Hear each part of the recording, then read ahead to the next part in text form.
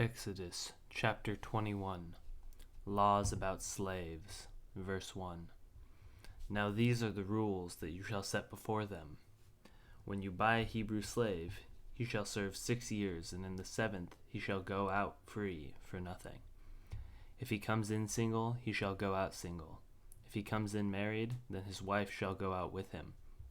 If his master gives him a wife, and she bears him sons or daughters, the wife and her children shall be her master's, and he shall go out alone. But if the slave plainly says, I love my master, my wife, and my children, I will not go out free, then his master shall bring him to God, and he shall bring him to the door or the doorpost, and his master shall bore his ear through with an awl, and he shall be his slave forever.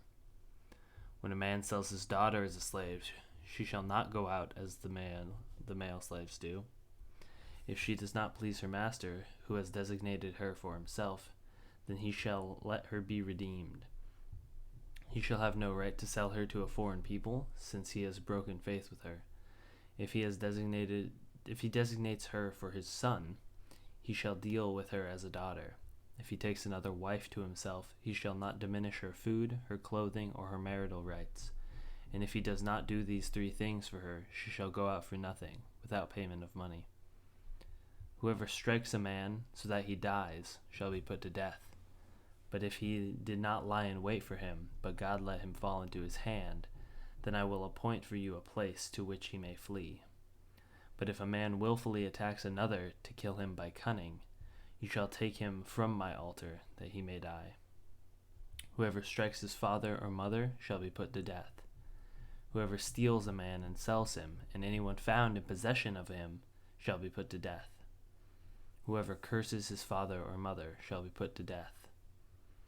When men quarrel and one strikes the other with a stone or with his fist, and the man does not die but takes to his bed, then if the man rises again and walks outdoors with his staff, he who struck him shall be clear. Only he shall pay for the loss of his time, and shall have him thoroughly healed. When a man strikes his slave, male or female, with a rod, and the slave dies under his hand, he shall be avenged. But if the slave survives a day or 2, he is not to be avenged, for the slave is his money. When a man strive together and hit a pregnant woman, so that her children come out, but there is no harm, the one who hit her shall surely be fined, as the woman's husband shall impose on him, and he shall pay as the judges determine. But if there is harm, then you shall pay life for life, eye for eye, tooth for tooth, hand for hand, foot for foot, burn for burn, wound for wound, stripe for stripe.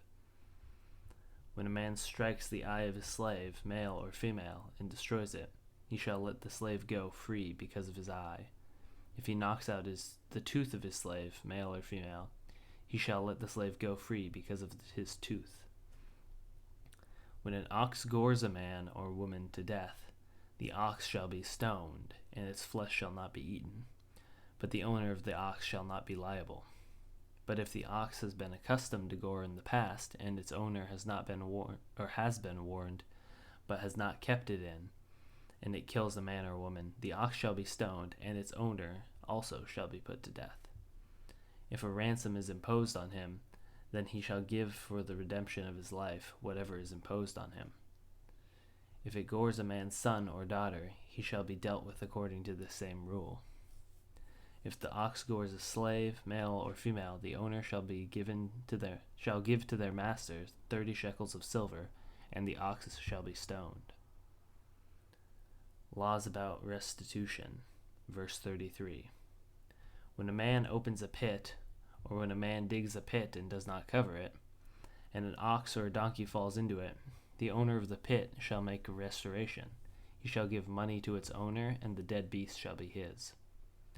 When one man's ox butts another, so that it dies, then they shall sell the live ox and share its price, and the dead beast also they shall share. Or if it is known that the ox has been accustomed to gore in the past, and its owner has not kept it in, he shall repay ox for ox, and the dead beast shall be his.